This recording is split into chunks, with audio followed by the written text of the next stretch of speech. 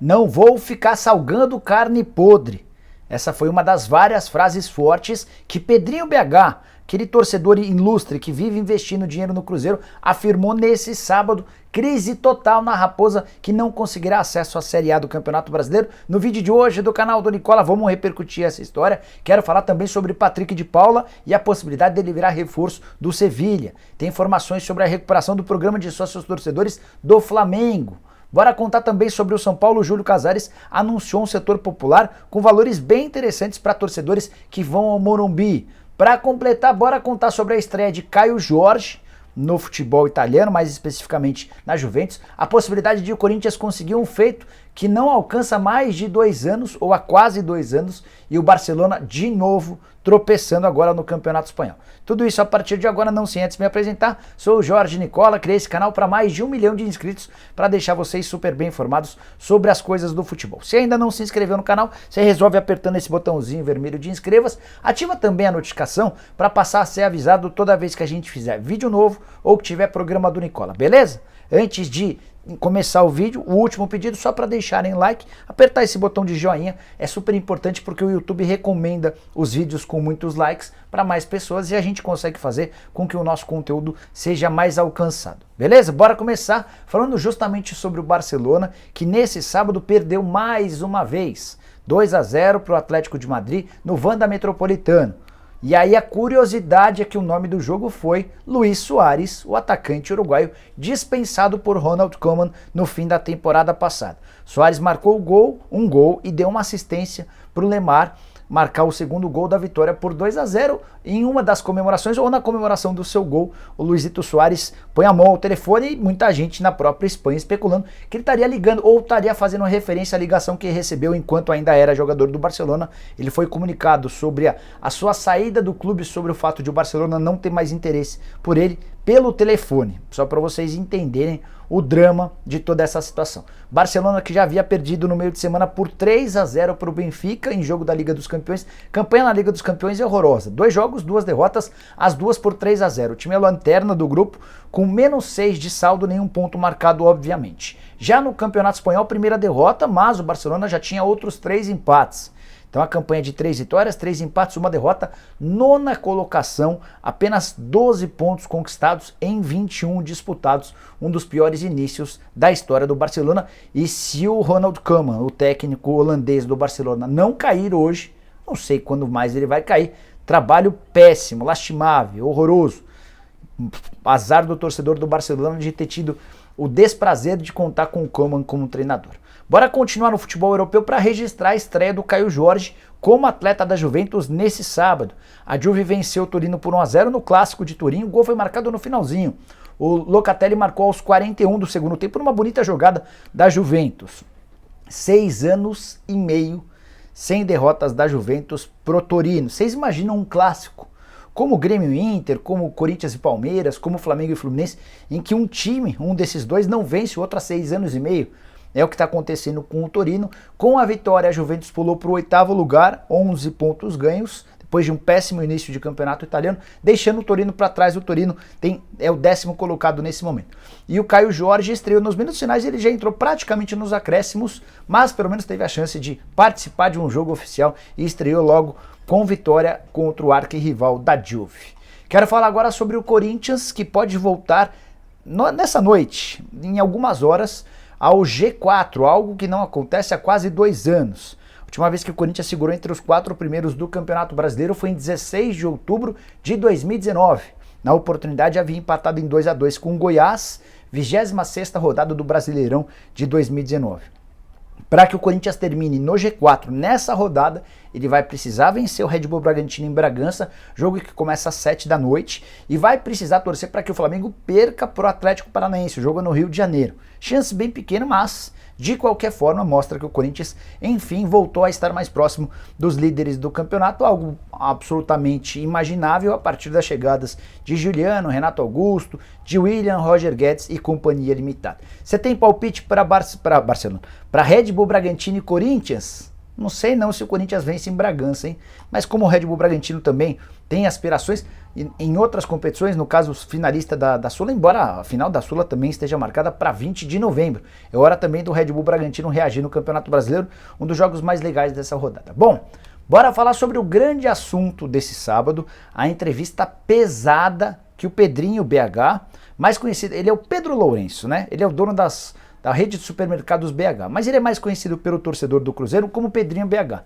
É um cara que há anos coloca muito dinheiro no Cruzeiro. Não fosse por ele, e o Cruzeiro estaria certamente em situação ainda pior do que a atual. Recentemente, coisa de um mês e meio atrás, quando o Luxemburgo foi contratado, o Pedrinho BH adiantou 8 milhões de reais, que serviram para o pagamento de salários atrasados e também garantiram os primeiros meses de salário do Luxemburgo. Em troca desses 8 milhões de reais, o Cruzeiro vendeu o patrocínio na camisa de 2023. Só para vocês entenderem como andam as contas pelos lados cruzeirenses de BH. Pois bem, nesse sábado, o Pedrinho estava assistindo a um jogo do Campeonato Mineiro, da segunda divisão. Partida entre o Vila Nova e o Democrata, jogo na casa do Vila Nova em Nova Lima. E a Rádio Itatiaia encontrou com o Pedrinho e começou a bater papo com ele, fez uma entrevista.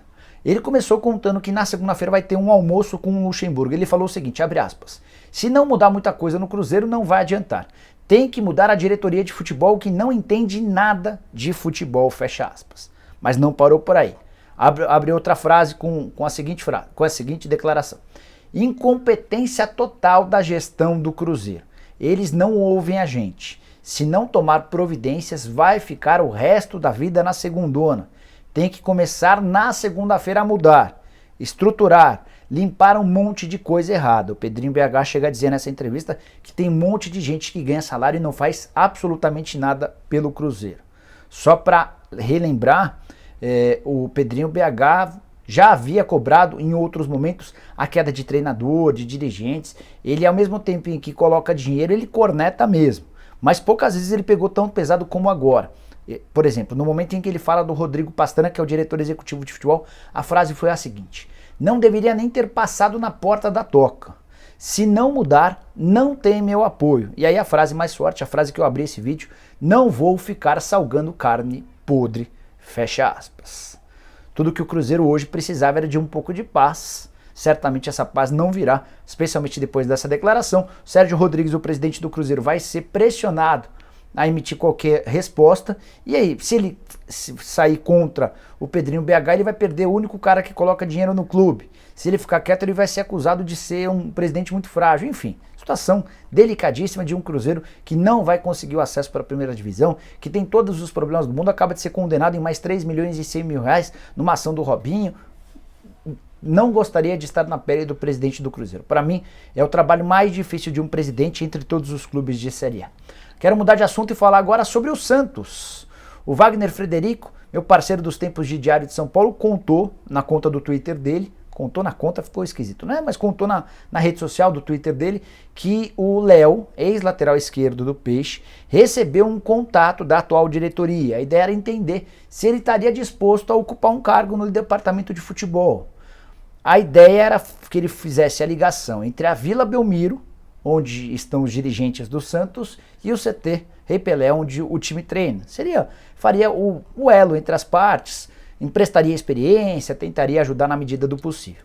O Léo já chegou a ser conselheiro do Santos, já chegou até a ser candidato, saindo numa chapa como vice, não tem tanta experiência na gestão, embora tenha feito alguns cursos recentemente. O Léo ficou de dar uma resposta nos próximos dias, e eu queria saber de você se a ideia de contar com o Léo como alguém no departamento de futebol agrada. Você gosta, não gosta? Usa o espaço para comentários para opinar, beleza? Quero falar agora sobre o Júlio Casares, presidente do São Paulo, que anunciou nesse sábado que o Morumbi vai ter, no futuro não tão distante, a partir de novembro, um setor popular, com ingresso com o valor de algo na casa dos R$20.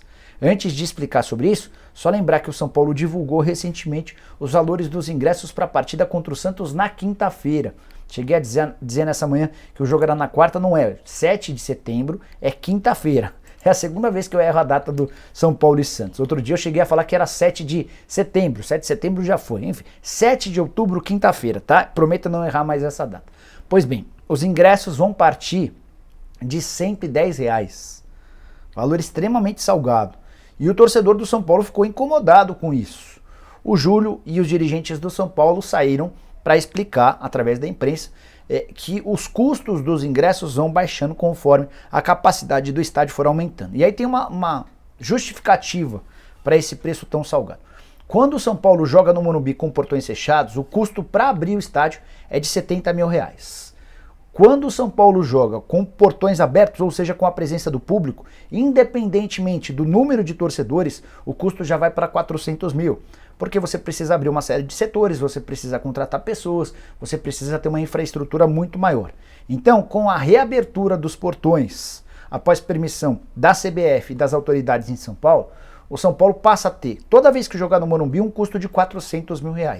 E nas contas dos dirigentes, como só a possibilidade de venda de 30% dos ingressos, os dirigentes entenderam que o valor mínimo para o ingresso seria de R$110, sempre lembrando que o sócio-torcedor tem uma série de descontos de acordo com o programa dele. E essas vendas de ingressos mais caros, elas vão sendo reduzidas ainda em outubro. É que a partir de 15 de outubro, a prefeitura já vai liberar 50% de presença de público. E a partir de novembro, 1º de novembro, o São Paulo fica autorizado a liberar a venda de até 100% das entradas, e é nesse momento que o Tricolor vai vender 9.700 ingressos por jogo no antigo setor amarelo a um valor próximo de R$20. E esses R$20, preço promocional, não estarão disponíveis para o sócio-torcedor. O sócio-torcedor já tem uma série de outros descontos. Esse é para o torcedor popular mesmo do São Paulo, aquele que está alijado da possibilidade de assistir a jogos por conta dos preços extremamente altos. E aí, o que você pensou? O que você achou de tudo que eu falei? Use o espaço para comentários para também deixar sua opinião, beleza? Bora falar agora sobre Patrick de Paula, volante que acabou perdendo um pouco de espaço no Palmeiras nas últimas semanas. Palmeiras de Abel Ferreira, que tem recorrido ao Patrick de Paula somente no segundo tempo, em determinados jogos. De qualquer maneira, o site fichajes.net, fichages é transferências em espanhol, esse site trouxe a informação de que o Sevilha tem interesse na contratação do Patrick de Paula. Essa matéria informa que os 3 atletas da mesma posição do Patrick já são mais veteranos. O Fernando, volante brasileiro, 34 anos, o Rakitic, ex-jogador do Barcelona, 33 anos, e o Gudeli, que já jogou entre outros clubes no Sporting, tem 29 anos de idade. E a ideia era dar uma renovada nesse setor, contando com algum atleta mais novo. O Patrick entraria nesse contexto, o jogador de 21 anos de idade, que foi sondado recentemente pelo Atlético de Madrid. O Palmeiras decidiu não vender seus jogadores porque entendeu que as propostas eram baixas. Assim que o mercado voltar a estar mais aquecido, assim que a pandemia passar, o Palmeiras entende que vai ter bons ativos, entre eles o Patrick de Paula, Gabriel Menino, Gabriel Veron, Wesley, Gabriel, entre tantos outros, né? Tem o Renan também nessa lista, enfim.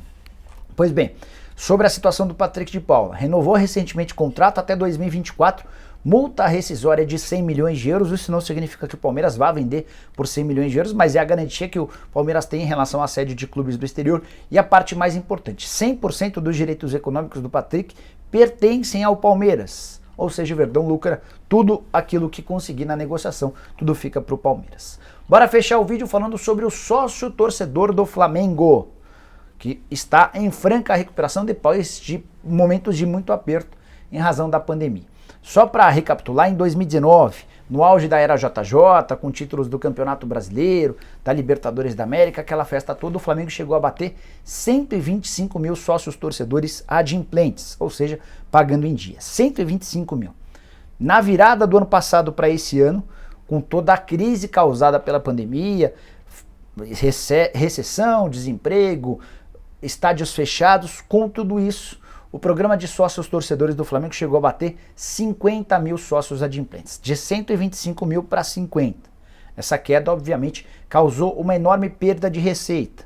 Só para vocês terem ideia, em 2019, o Flamengo cresceu muito ao longo do ano e fechou com 61 milhões e 800 mil reais de receita do sócio torcedor.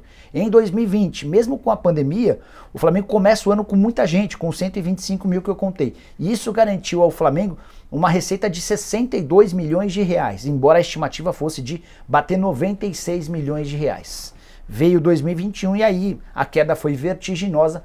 O Flamengo, que chegou a bater 50 mil, nesse momento está alcançando 64 mil sócios torcedores. E agora vem o pulo do gato, com a presença do Flamengo na briga pelo título do Campeonato Brasileiro, na semifinal da Copa do Brasil e classificado para a grande decisão da Libertadores, que a gente sabe vai acontecer em Montevidéu. Tudo isso certamente vai servir de estímulo pro torcedor voltar a ser sócio torcedor. Eram 50 mil, já são 64 mil. E a expectativa dentro do departamento de marketing e comunicação é de que o Flamengo possa se aproximar ao longo ainda desse ano, nos 3 últimos meses do ano, da marca de 100 mil sócios torcedores. Receita entrando, mais dinheiro para investir, contratações melhores, atletas com salários mais gordos e a expectativa de que o Flamengo possa continuar sendo talvez o principal ou um dos principais times da América do Sul. Bom, pessoal, eram essas as informações que eu queria dividir com vocês no vídeo de hoje do canal do Nicola. Espero que vocês tenham curtido o vídeo. Deixem like por aqui, quem ainda não se inscreveu, vai apertar esse botãozinho vermelho de inscreva-se. E a gente se vê a qualquer momento assim que surgir uma notícia super importante. Combinado? Abraço para todo mundo, bom sábado, bom domingo. Tchau, tchau!